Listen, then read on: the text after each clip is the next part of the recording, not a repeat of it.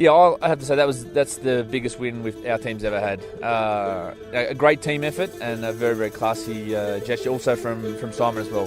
You are listening to the Cycling Podcast at the Giro d'Italia in association with Rafa. From Grand Tours to group rides, the Champs-Élysées to coffee stops, Rafa exists to celebrate the world's most beautiful sport. Today we are in Mount Etna. That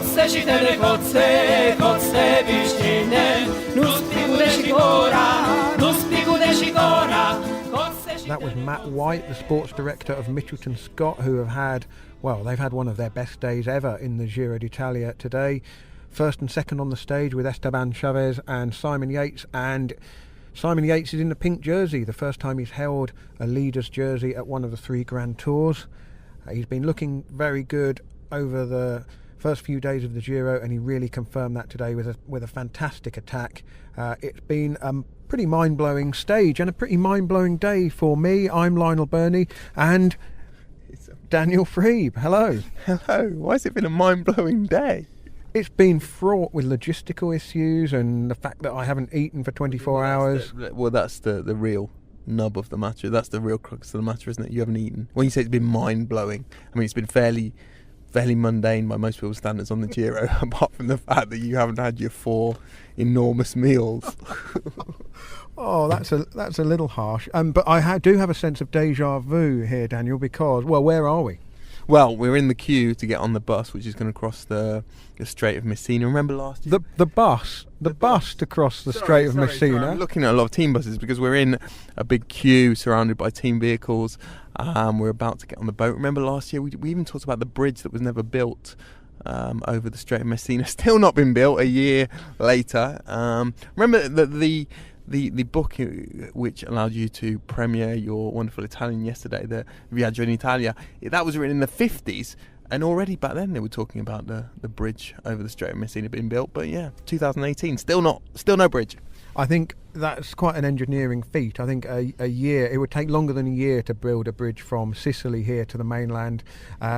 We'll come back to Lionel Learns Italian a little bit later on with some breaking news on that. But first of all, let's recap the stage. Stage 6 of the Giro from Caltanissetta to Etna, 169 kilometres and the first serious summit finish of the race. And it was shaped by a break of almost 30 riders, and it was the strength and power of those riders that really caught the eye. Esteban Chaves and Jack Haig of Mitchelton-Scott, Robert Hessink of LottoNL-Jumbo, David de la Cruz and Sergio Henao of Team Sky. There were 3 riders from Team UAE Emirates in there, including Jan Polansch, the winner on Etna last year, albeit on a different road. Tom Dumoulin's 2 teammates, Chad Hager and Sam Oomen, were in there. Who else was in there? Gosh, yes, Reichenbach and Rohan for Groupama FDJ. They were in there for Thibaut Pinot, and a couple of riders from the Israel Academy team as well, Ben Hermans and Ruben Plaza. And that break made it a hard, fast race. And it was on the climb when they were all still away, and as the gradient bit, so the gaps opened up. And that's when we began to see who of the favourites was looking good and who was not. And the answer to that really was that Simon Yates was looking exceptional, because as the gap closed and the breakaway riders were caught, leaving only Chaves out in front, Yates attacked a group that contained Thibaut Pinot, George Bennett, Domenico Pozzovivo, and the others who had joined up, including Miguel Angel Lopez, Tom Dumoulin, Fabio Aru and Chris Froome. Yates attacked, bridged up to Chaves in the final few hundred metres, and the Mitchelton-Scott riders completed a 1-2. So the stage win for Chaves and the pink jersey for Yates, who dispossessed Rohan Dennis, who slipped down, having finished 1 minute and 4 seconds behind Chaves. All of the other overall favourites did pretty well. Mike Woods was one notable rider to lose time. He was 16th at 57 seconds. Max Schachmann also slipped down, losing the white jersey in the process. Louis Menkes didn't have a great day, losing 3.5 minutes, and Davide Formolo was caught in a crash at the bottom of the climb and lost over 5 minutes. So his chances of a top 10 finish are looking a little slim now. A quick note for Ben Hermans, the rider with the Israel Cycling Academy team, because of all of the breakaway riders, he was the next best after Chaves, finishing 11th. So Yates in pink, 16 seconds ahead of Dumoulin. Chaves is in third place at 26 seconds. The Ciclamino jersey stays on the shoulders of Viviani. Chaves is now the king of the mountains, with Yates second and Thibaut Pinot third. And the white jersey is now held by Richard Carapaz of Movistar. Well, we've shuffled about 6 feet further forward in the queue. We're following a Team UAE Emirates team car onto the boat. We're going to get some cracking scoops on this boat, aren't we? Because the whole Giro peloton, it's basically the Giro peloton plus us. We'll probably still contrive to get it wrong, make some mistakes tomorrow, but well, we'll come to that as well a little bit later on. Corrections Corner makes its debut at this Giro. But Daniel, let's think back to this morning, or rather this afternoon, because it was quite a late start. A short stage, only 169 kilometres from Caltanissetta. Did you have any sense then that the stage was going to pan out to be quite as exciting as it was? I think on the way to the start this morning, Lionel, we talked about the fact that at this point of the race last year, an awful lot of the riders were talking a lot about the final week, and they were almost getting their excuses in early for what was also an Etna stage, a Mount Etna stage last year, saying that maybe not that much was going to happen, and they needed to keep plenty of energy back for the last week. And we haven't heard those same noises in anticipation of the Etna stage this year, maybe because we were going up a slightly harder way, and maybe because there are more contenders, or more people that the contenders are worried about, maybe because of the lack of time trialling. I'm not sure, but certainly the noises we were hearing suggested that it was going to be a bit of a sort out on Mount Etna this afternoon, and so it proved. Well, yeah, it was very interesting that obviously that big break went, and it was significant really that the break had so many powerful riders in it, letting Chaves and Henao and there were so many strong climbers in there. The fact that the break went clear on the climb, that was also significant, and it meant that it really shaped the race on Etna, didn't it? What was interesting, I spoke to George Bennett from Team LottoNL-Jumbo. I went to their bus kind of thinking I'll speak to Enrico Battaglin, stage winner yesterday. Did have a little chat with him. He was obviously very happy to have ended his 4-year drought in terms of stage wins at the Giro. His last victory here was in 2014.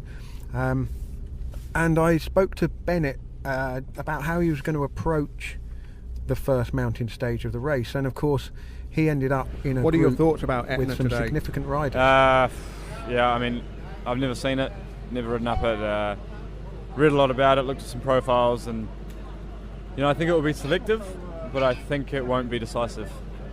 I think I just have to go with it. I don't have a plan at the moment on how I'm going to race, but I think the thought, there's two schools of thought. There's, if it gets to a point where no one has teammates left, and you can jump away, especially on one of the flatter parts, because that's when no one wants to chase, because there's more of a advantage to being in the wheels. And if you can jump away there and get that hesitation, then it's a good moment to go. On the other hand, you burn a lot of matches when you go when it's on a flatter part and other guys are on the wheels. So you kind of have to go off your feeling, and Feeling good is all relative, isn't it? Because it's how everyone else around you is going as well. I mean, if the pace goes on and you can feel good 1 second and then not so good the next. I mean, how much are you looking at the body language of other riders when you're in the group? Oh, I don't look at that. I can't tell the difference. I mean, I look at Chris Froome on a flat easy stage. He looks like he's about to get dropped, and I can't tell anything from that. I heard all the old stories about people looking at each other and shit, but I wouldn't know. But I can say Yates and Pozzovivo, I think, and maybe Pinot are the strongest guys, and I think that's pretty clear from just how in decisive moments in the race so far. But yeah, I mean, feeling good. you can feel as good as you like, but it's not worth a pinch of shit if the other guys are feeling better. So yeah. So the Kiwi rider there, George Bennett, called it really. He said he was expecting the likes of Simon Yates, Domenico Pozzovivo and Thibaut Pinot to be very strong on the climb, and at one stage it was those three plus Bennett who were away off the front, and it was everybody else including Dumoulin and Froome and Lopez playing catch up. Yeah, it was interesting what George Bennett said about Chris Froome, wasn't it? Any attempt really to read the body, to sort of decipher the body language of a general classification contender before you get to the first big climb is really a futile effort. And you mentioned Pinot there. I thought he would have a good day today, not least because, as we've mentioned on a couple of occasions in the last week, he spent a bit of time out here in the spring in Sicily, and in particular looking at the Etna stage. And in fact, I discussed precisely that matter with his cannoli guzzling brother and coach Julien at the FDJ Groupama FDJ. With no mistakes allowed tonight at their team bus this morning. We stayed about 7 days in Sicily in the beginning of April, and we recognize two stages. The first stage of Caltagirone, and we sleep in the city of the finish in an agriturismo, and then we did the stage of Etna, and after we stay the rest of the week near the sea in a big villa with 4 teammates and 3 staff. So we recognize 2 times the last climb of today. And when you go up a climb like Etna in a training camp like that, are you trying to simulate race efforts, or are you simply looking at the terrain? The boss. We recognize the road because in Sicily there is a lot of technical parts on the bad road, so it's important to well know these courses of these two hard stages. But Thibaut enjoyed the land of the climb here, so it was a good week with 6 days of hard training to simulate stage races during these 6 days. What's different in Thibaut's conditioning preparation compared to last year when he came to the Giro? Anything, or is it exactly the same?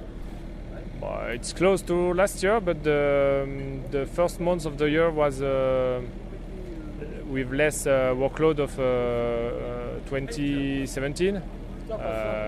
He raced less, only Catalonia and 2 of the Alps before Giro, so lots of freshness and big motivation to do better this year at Giro. And lots of cross-country skiing, I think. Yeah. Does that help him? Are you happy, as his coach, are you happy for him to do that? Yeah, but because the winter was really cold in France this year, so he likes cross skiing. It's easy near his hometown to do that. So he enjoyed that, and he did some races. So a lot of pressure, and it's a good activity to work similar effort than cycling without pain, because skiing is not muscular pain after skiing, so it's really good. And just last question, Julien. I know that you have fallen in love with Sicily and the cannoli. Why? What? Explain to me this love affair between Thibaut and Italy. What's at the base of it, do you think? I don't know. Maybe a part of genetics, because I love also the atmosphere here. But the landscape are nice. The whole town with the whole center of the city. He enjoy that, and he feel happy in this atmosphere. Yes. So that was this morning, Daniel, and of course by the time we got to the finish on Mount Etna, the race was, well, it was approaching the final and decisive stages. We drove the climb, didn't we? It was significantly tougher than the way they went up Etna last year. There was, well, before the kind of official climb, there was a lot of climbing, more or less coming up from sea level, weren't they, up to the top there? And there were some really steep ramps, which Matt White, the Mitchelton-Scott sports director, kind of marked my card about a couple of days ago, or maybe it was yesterday, that there were some areas where it would be possible to turn the screw and put riders in difficulty. And I talked at the start about the significance of that big break and the power of the riders that were in it. Just run through some of them. Chaves and Jack Haig, of course, for Mitchelton-Scott. Quintana, I mean, amazing to see him up there. Dyer Quintana, and Nairo's brother, of course. The Robert Hessink of LottoNL-Jumbo was up there. He was warming up on the turbo trainer at the start this morning, which is obviously usually a clue as to whether a rider is trying to get into a break. But it took 40 kilometres for that break to go, and it was extremely hard fought getting into it. Jan Polanc of Team UAE Emirates, Daniel, not Bahrain, as we said. I'm so aggrieved about this, Lionel, because you confessed shortly after I realised that I'd made the mistake yesterday that you heard me in real time. You knew I'd made the mistake, and yet you just didn't correct me. You were skipping on. I didn't want to interrupt your flow. You were making a very good point otherwise, notwithstanding that small inaccuracy. Sky had David Dela Cruz and Sergio Henao in there. It's not often we see Sky putting riders up the road. There was Sam Ooman in there for Team Sunweb. There was Ciccone of Bardiani, who won a stage at Sestola a couple of years ago. Reichenbach, of course, Groupama, was up there for Thibaut Pinot. So there were a lot of teams represented. Really, the only team that missed out was Astana, and they obviously had to do quite a lot of pulling when they reached the before and then on the bottom of the climb. But really, the day belonged to Mitchelton-Scott. They played it absolutely perfectly, and it's tempting always when something works out that well to think that they would have planned exactly that. Oh, let's get Chaves and Haig into the break, and then when the gap's coming down and it's bridgeable, we'll send Simon Yates off after to just sort of ride up to Chaves, and then Chaves can have the stage and Yates can have the jersey. But I mean, you can't possibly make a plan like that in advance. That was cooked up on the road. Yeah, it was, although we've seen that team do this kind of thing on several occasions in the past. That they didn't have such a good year in terms of pulling off this kind of move last year. In 2016 there were a couple of notable ones, particularly at the Vuelta, which really worked fantastically.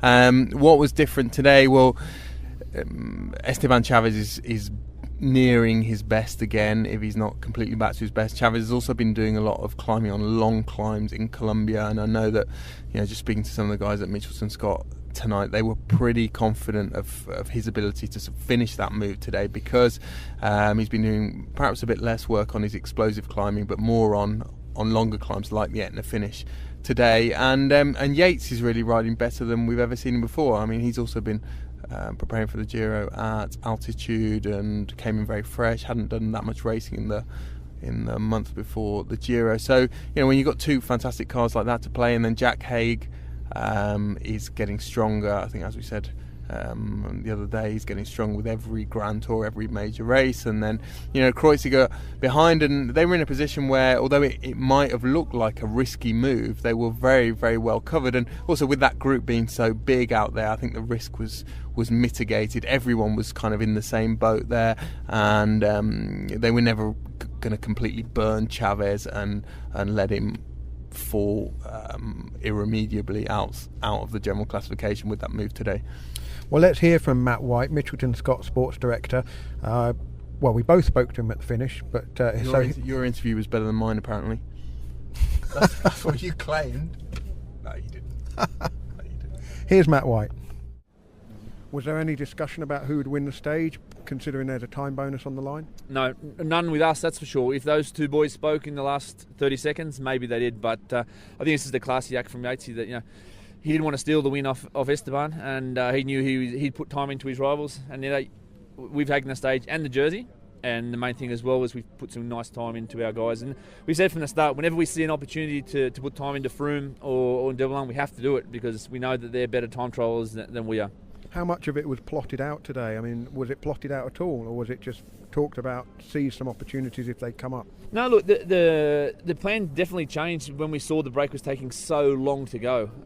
Because once it was taking so long to go, we knew the guys in the break, there would be some stronger guys in there. And so once we did have 2 guys in the break, then we formed a plan. Obviously, Simon and Mikel and Rohan could sit there and wait and see what happened. And Jack was told to really push the break. And then Esteban just ride smart. And we were really quite confident if we had a good gap, even at the bottom of the climb with 20k to go, that Esteban's the type of rider who can go from far. And it worked out quite well. How long did it take for the break to go? I can't exactly remember, but around 40 kilometres. And the first 40k was really tough terrain. So when it went. And the bunch did prop for a while, and that's when it went out to 3.5 minutes. Because there was a lot of quality in that break. I mean, what were you thinking when riders of the calibre of Uman and some of the other Ciccones won a stage not dissimilar to this? And Dela Cruz. Yeah. But it was good because it went on a climb. So the guys that were in there, and Reichenbach, there's some great climbers in there. And I was really happy with the group. It would have been a lot worse if it had gone on the flat, because you would have had a different group of guys in there. And look, we always marked Sicily as a really important point of the Giro, and it certainly didn't disappoint. And we've had a great 3 days here in Sicily, and we've still got a long way to go. So Mitchelton-Scott now have Simon Yates in the pink jersey and Esteban Chaves third, 26 seconds behind. Dumoulin is in a Mitchelton-Scott sandwich, isn't he? He's in second place overall at 16 seconds. And the gaps behind aren't particularly significant at this point, but looking ahead to the final 3 stages before the rest day, tomorrow is going to almost certainly be a sprint. And then there's these 2 sort of medium mountain stages, which aren't going to pose any trouble, I wouldn't have thought, to Yates and Chaves, are they? No, I don't think they will, but I see certain parallels between the Montevergine di Mercogliano stage, so that's the first summit finish on, what day is it, Lionel? Saturday. Don't get this wrong. On Saturday, and it's not steep. It's probably, it is an easier climb than the Europa finish that Dumoulin won on last year, but there might be a similar opportunity for a powerful, very powerful rider like Tom Dumoulin to gain some capital there. Same again to a lesser extent the day after on Gran Sasso d'Italia. So I think it's a different set of circumstances from last year, but there are some parallels. It was interesting just watching Dumoulin warm down after the finish. I had a bit of deja vu again, thinking back to the finish on Etna last year, and at that point we had no real idea what he was going to do over the next 2 weeks, and he was very much a dark horse for the overall Giro title, and he went on to win it quite convincingly, of course. I actually spoke to Dumoulin at the finish, but I also spoke to his director sportif, Mark Reef, first. So you're going to hear Mark Reef and then Tom Dumoulin at the finish. Yeah, I think that on the end, at the finish line, there were 6-7 guys in the same time who were quite on the same level, and I think that only one guy is far above the rest, and that is Yates. So Tom said yesterday that he didn't feel that great. You said it again today. You just told me that's a good sign then if he's staying with the leaders and even attacking when he's not feeling very good. Yeah, exactly. So it can only become better in our opinion. He's still searching for the good feeling. So when he's getting that in upcoming days, maybe week, then we can see an even better Tom Dumoulin. Hard day, difficult finish, and. I wasn't super, but I was also not bad, so difficult to say how it will be, but for today it was alright. Tom, Mark Reef, your director sportif, said you didn't feel that great today. You said you didn't feel that great yesterday. Was it a bit of a risk to attack even though you weren't at 100%? Maybe yes. I didn't feel very good in the beginning of the climb, and then it actually got better, and then I decided to spice things up a little bit and to see how everyone was doing. I felt that I had something left, not a lot, but some, and I wanted to know if I was the only one feeling like that, and I had how the others were. So eventually it was all right. I remember you were up here warming down this time last year on Etna, and you seemed almost relieved to have stayed with the leaders. I mean, how different is your frame of mind today? Should be the same, I guess. Maybe I should think like that. So far, so good as far as you're concerned. So good, yeah. I wasn't super today, but like I said, I was there and was all right. So Yates is in the pink jersey, and Daniel, as you said when we were chatting on our way down from Etna, the thing about Simon Yates is, he's got this dogged streak, hasn't he? Incredibly difficult to drop, and even when he does get dropped, he doesn't concede fistfuls of time. He's one of those riders that can just limit losses. There's kind of a mental toughness about him, and Adam Yates, his twin brother, of course, but he's not actually riding here. But he's going to take a fair bit of shifting between now and the time trial, and it strikes me that the top sort of 3, 4, 5 riders, really looking down to Rohan Dennis in 6th place. He obviously lost the pink jersey today, but those 5, Yates, Dumoulin, Chaves, Pozzovivo and Pinot, they've done themselves a power of good moving up the GC at the first opportunity. Yeah, they have, and Yates, I think, was grossly underestimated by a lot of people before the Giro. I mean, I saw lists of star ratings of riders, and he wasn't even included in some of them. In others, he got maybe 1 or 2 stars. He's a guy who's finished in the top 10 of the Tour de France. He's still young, he's still developing. I know that Mitchelton-Scott also feel that they've made a bit of a breakthrough with him in terms of his positioning. He's one of these riders who tends to like it at the back of the bunch. He doesn't particularly enjoy or relish the stress up at the business end of the peloton, certainly not for the duration of stages. He tends to try to move forward when things get interesting, but I think he's doing much better on that, so I understand from Mitchelton-Scott. And as you say, Lionel, he's a very, very consistent rider. As we said yesterday, not a whole lot of time trialling left in this Giro. He's also not the worst time trialist in the world. So if he wasn't a real contender, or considered a real contender by his rivals before today, then he certainly is now.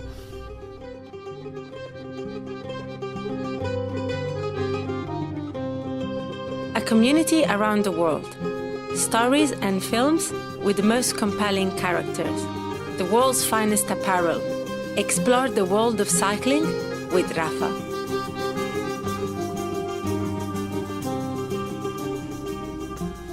Thank you to Rafa for sponsoring the cycling podcast. If you would like to go on a cycling holiday in Italy, Rafa Travel are organising a range of trips to the Dolomites, the Lakes and Tuscany. They run from between sort of June and October, so all across the summer. And, I can pretty safely say they won't spend any of their time sitting in a queue to get onto a ferry. But if a Rafa cycling holiday sounds like the sort of thing you would like to do, go to rafa.cc/travel. Daniel, we are still in this queue here. It's perhaps our penance for a number of factual errors in last night's podcast, so we ought to just acknowledge those on Corrections Corner. It's quite interesting though, isn't it, Lionel, to observe here. It's doing some good people watching. We've got, just in front of the car, we've got Mario Scirea, who's the director sportif for Fabio Aru, the UAE team. Aru went okay today, didn't pull up any trees, did he? He actually said at the finish that he acknowledges that there are people stronger than him at the moment in this race. Anyway, Scirea is there with his old colleague from his Liquigas days, Stefano Zanata, who's now the DS4. Bardiani, I wonder what they're discussing. They look very animated, but then Italians always look animated. As you know, Lionel, you've been doing a lot of hand gesturing the last few days. You're fluent in Italian hand gestures. I'm fluent in Italian hand gestures, as we heard last night, not fluent in Italian. But this sounds like a diversion away from Corrections Corner. Last night, Daniel, I asked you, I apologise, I put you on the spot. It's kind of poor podcasting etiquette to kind of ask a yes-no question. But I'd also forgotten Giovanni Battaglin. He did win the Giro d'Italia. We said that he didn't, but in fact he won it the same year that he won the Vuelta, 1981. And the amazing thing about that was that the Vuelta ran from April the 21st to May the 10th, and he won overall. And then 3 days later, he was in Brescia for the start of the Giro d'Italia, which ran until June the 7th. So, 6 weeks on the bike, 2 Grand Tours in the bag. Not even Eddie Merckx managed that, I don't think. Oh, hang on a minute. Not in that time frame. Oh, goodness me. Let's not. Well, hang on. Merckx in 73. They were very close together, weren't they? The Vuelta. It was again a few days. It was. Yes, it was. Anyway, still not as impressive as the greatest feat to my mind ever in terms of racing major races back to back was Zenon Jaskula in the Polish rider. I'm scared of saying the year now. I think it was 1997. It might have been 1998. I'm going to have to check this. However, Jaskula finished the Tour de France. He went straight to, I'm not going to say which airport it was. It might have been Orly, it might have been Charles de Gaulle. But he went straight to the airport, got on a plane, went to the Tour of Portugal, and rode in the prologue the next day in the Tour of Portugal. Won the Tour of Portugal, and I think he met his wife as well at the Tour of Portugal. She was a podium girl. So many facts that may or may not be right in that one. I don't know. Bahrain Merida's sports director Brent Copeland pointed out that we underestimated the number of stages that were in Sicily last year. I was racking my brains as we were talking about the Sicily stages last year, and of course there was the Etna stage, and then there was the one here to Messina, where we sat in this very queue. And Lionel, this explains perfectly why I got mixed up last night with Jan Poláš. Jan Poláš won the stage on Etna last year, and he's also, in my mind, interchangeable with Luka Pibanek, who in the stage to Messina, can you remember he raised his arms, he thought he'd won. Right. So there was a whole kind of Sicilian spaghetti alla Norma in my head going on there with Slovenians, Middle Eastern team, Slovenian, Eastern European riders. Oh dear. Well, I think the summary of this, the upshot of all this, is that I think both of our brains are like sort of sideboard drawers, aren't they? They contain a lot of stuff: ball of string, roll of sellotape, pair of scissors, box of matches, all of that kind of stuff. But it's all in there somewhere, and sometimes facts fall out and hit the floor in the wrong order. So sorry about that. We do try and get everything as correct as we possibly can, but we're out here on the road, aren't we? This is basically here we are. We're cut adrift from our usual resources. We're having to live on our wits a little bit, hoping to get on this ferry, hoping to have dinner. We've had a pretty tricky day ourselves. We didn't. At the point, it's the second time you've said that now. Well, it's obviously playing on my mind. We didn't have any dinner last night. We had a very small breakfast, and really a lovely place to stay. But last night they presented us with when we checked in, a little checklist of breakfast items from which we were allowed to choose 4. You went for a double cappuccino strategy, didn't you, Daniel? And I thought that was a risk, seeing as we hadn't had dinner at that stage. I went for a double croissant strategy. I think that maybe has saved me today. We went off into the Sicilian countryside looking for a restaurant that I'm not sure existed. Today we missed lunch because we had to swap our hire car. I mean, it's been a succession of difficult, challenging events, hasn't it? The most eventful moment of the day, Lionel, was when I tried to order a caffè liscio, which is common coffee parlance in the north of Italy. That's what you say when you want just a neat espresso, so nothing added. And it was pandemonium when I asked for that, wasn't it? Well, they were crazy, and we might hear a little bit of the explanation for that. No, we won't, will we? We're not putting that in the Kilometre Zero that's coming. See, this is how scrambled our minds are. But there's a Kilometre Zero coming tomorrow as well, kind of on Sicily and the other Nibali.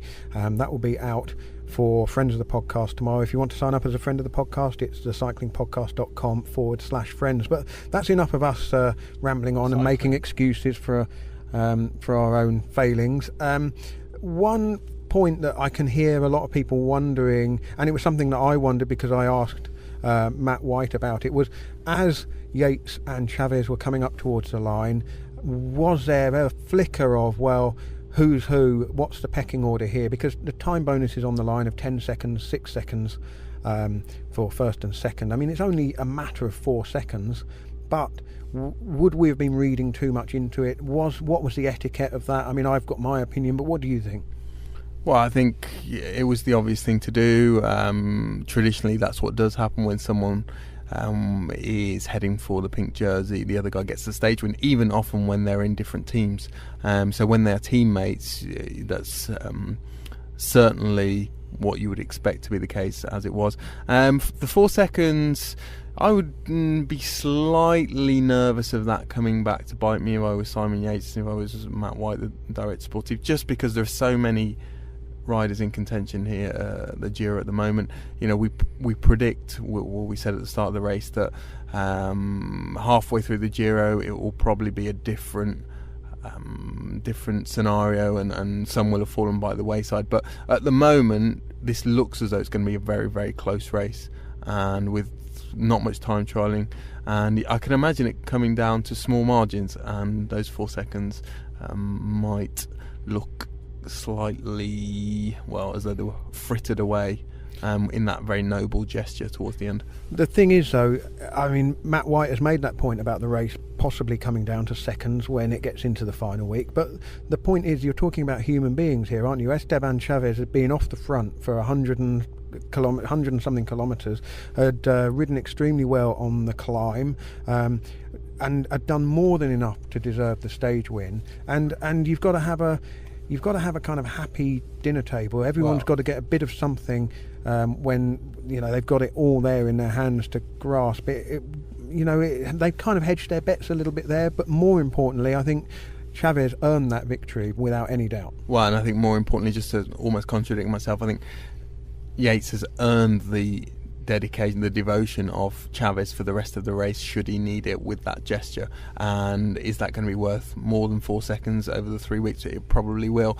And just on the kind of harmony in the Mitchelton-Scott team, that's one area in which they've really excelled, at least as far as sort of what we can see on the outside, particularly with the Yates brothers and Chaves. They have, well, there's never been even a peep of discord between those three, has there? And, you know, the Kreuziger's there and Jack Haig are there, and both of those two guys, to be honest, in the last month or so have been riding at a level whereby in other teams they might be expecting to lead, but it looks like a pretty happy camp. Yeah, and let's not overlook the fact that Jack Haig rode himself inside out for Chaves and ultimately Yates as well, because, you know, Haig was the diesel in that group for them, you know, or the engine in that group. I mean, he's a fantastic climber as well. I mean, he's not just there for sort of legwork. He's a classy rider as well, and they're looking like a really formidable outfit at the moment. But we'll see how it pans out when we hit the climbs again. I was just going to say we were going to unveil our poll for the first Pedlar de Charme of the Giro this evening, but logistics have beaten us, really. I haven't had a chance to go through all of the nominations, so we'll extend it by a day. Tomorrow is a flat stage, might be a little less complicated for us as much as, and there may be a little less to talk about in the race. So keep the nominations coming. You can mention them to us on Twitter at cycling_podcast. Anyone who's been pedalling charmingly, spotted somebody in the break, or maybe somebody will do something tomorrow, and we'll draw up the shortlist, and you can all vote tomorrow evening. The Cycling Podcast is supported by Science in Sport. Independent research shows 10% of sports nutrition products would get a professional rider banned. Trust Science in Sport, the world's highest standard of banned substance testing. Thank you to Science in Sport for sponsoring the Cycling Podcast. We're still in the queue waiting to get on the ferry here. If I was able to get online to order some Science in Sport products for dinner, I would definitely be doing that. There is currently a 25% discount for all listeners to the Cycling Podcast. Go to scienceinsport.com, and when you check out, enter the code SISCP25. We literally have nothing to eat in this car, do we? There are some biscuits. We got a nice bottle of Pasito. Is the handbrake on, Lionel? Nope. No, it's not. We got a nice bottle of Pasito, Sicilian Pasito wine yesterday. It's a sweet dessert wine, and there were some biscuits for dipping in the boxes. and we dug into those last night, didn't we? Well, I didn't. I haven't tasted the biscuits yet. But talking about last night, people who might be tuning in specifically to hear the second instalment of Learn Italian with Lionel, or Lionel Learns Italian, or whatever it was, I feel like a bit of a hospital pass, this, Daniel. I was expecting it to be something simple like how to order an ice cream, lesson 1, how to order an ice cream in Italian, or maybe I'd learn what the Italian for Maglia Rosa is in this podcast, but instead I had to read out something that was beyond me, the historical and cultural significance of Etna. We're shelving that, I think. Lionel Learns Italian. I had you down for a chapter of Dante tomorrow. Anyway, let's talk about everybody else. We've talked a lot about Mitchelton-Scott. We haven't really talked about Tom Dumoulin, but he was doing his Tom Dumoulin thing. Well, we spoke to Tom Dumoulin, even better. Well, obviously, but we haven't assessed his performance. I mean, he was one of the riders that didn't quite go with that Pinot, Pozzovivo, Bennett, Yates move that looked sort of significant and ended up being the move that shaped Simon Yates's. It led to Simon Yates then accelerating extremely hard. Dumoulin, though, rode the way he often does, which is measuring his effort, and he seems to be the master of that, and today didn't suggest any different. Well, he said earlier, we heard him say earlier in the podcast that he hasn't felt that great and there's more to come from him. So all looking pretty good from Sunweb's point of view. They had a couple of riders who were stuck behind the crash before the climb to Etna. So Laurens Tendam and Louis Vervecke couldn't do or give Dumoulin all the help they wanted to. But I think they're pretty happy, pretty confident. Other teams, other riders who are happy and confident tonight, I think Pinot is pretty... will be pretty satisfied with the way things have gone so far. Miguel Angel Lopez, we promised, didn't we, at Lionel, that tonight will be a bit of an Astana special. Did we promise that? There was an overabundance of Sky yesterday, and we didn't really get to Astana today. But tomorrow, I promise, we're going to get to Astana, and we're going to find out what's going on with Miguel Angel Lopez. He put in a couple of attacks in the last few kilometres.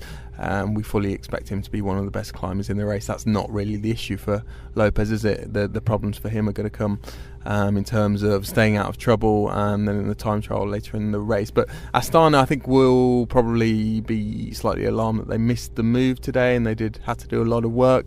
Having said that, they didn't really lose. Well, they didn't lose any significant ground as far as Miguel Angel Lopez is concerned. And they've also got a couple of quiet days coming up now. I'm going to have to interrupt you there, Daniel, because we are being summoned forward to go onto the ferry. We will conclude this part probably on board the ferry.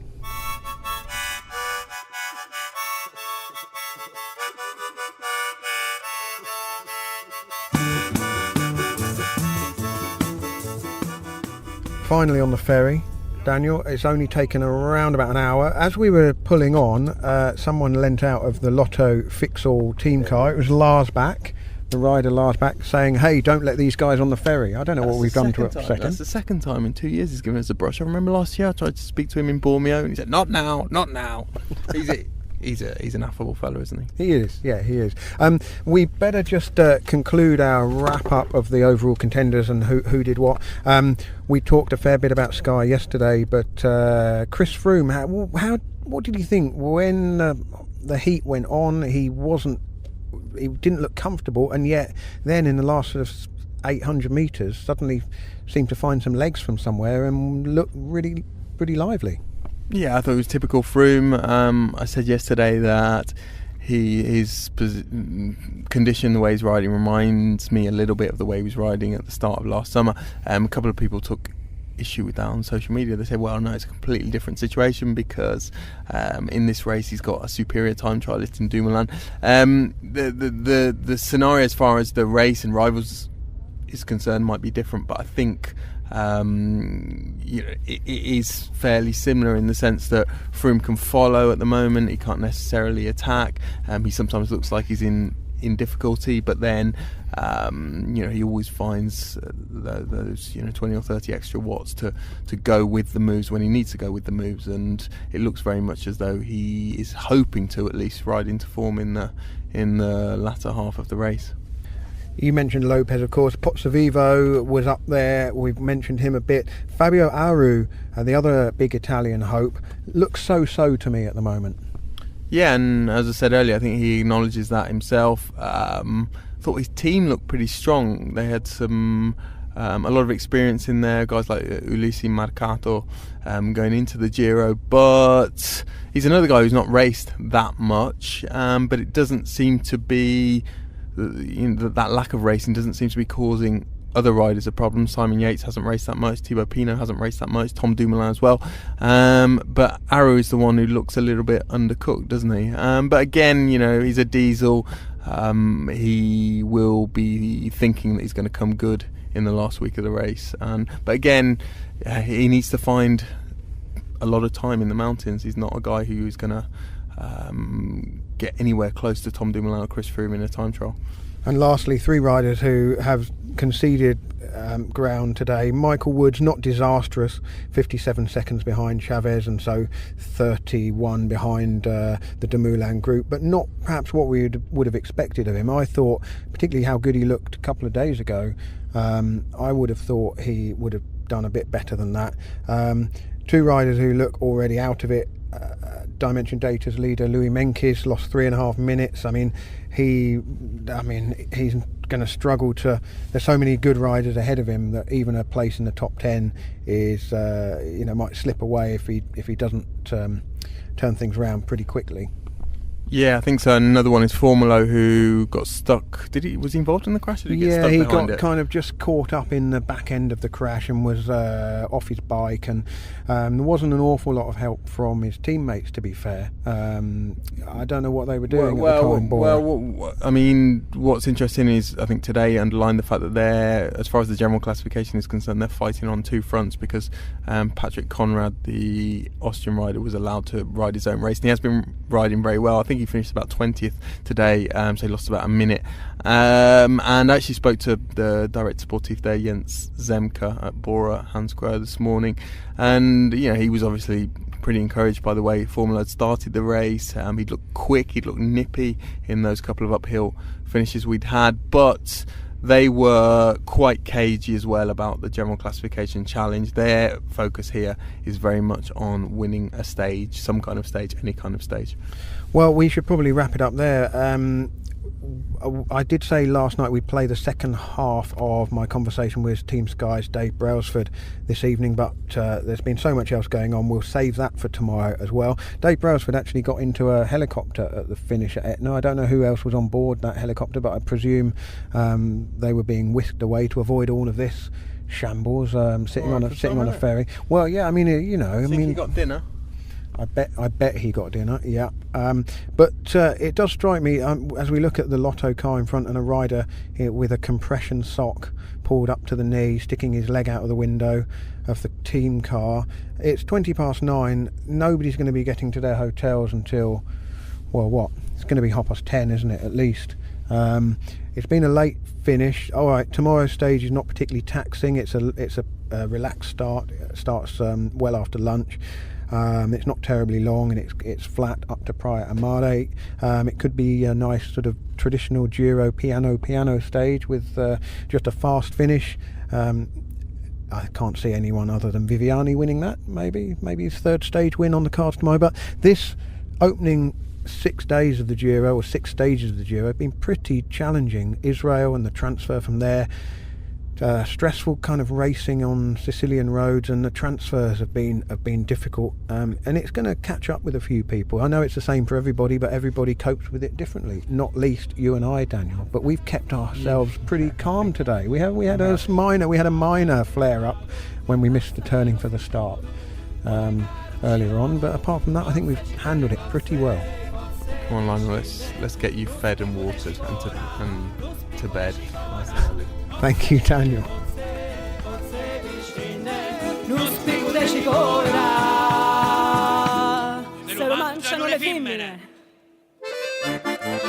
A community around the world. Stories and films with the most compelling characters. The world's finest apparel. Explore the world of cycling with Rafa.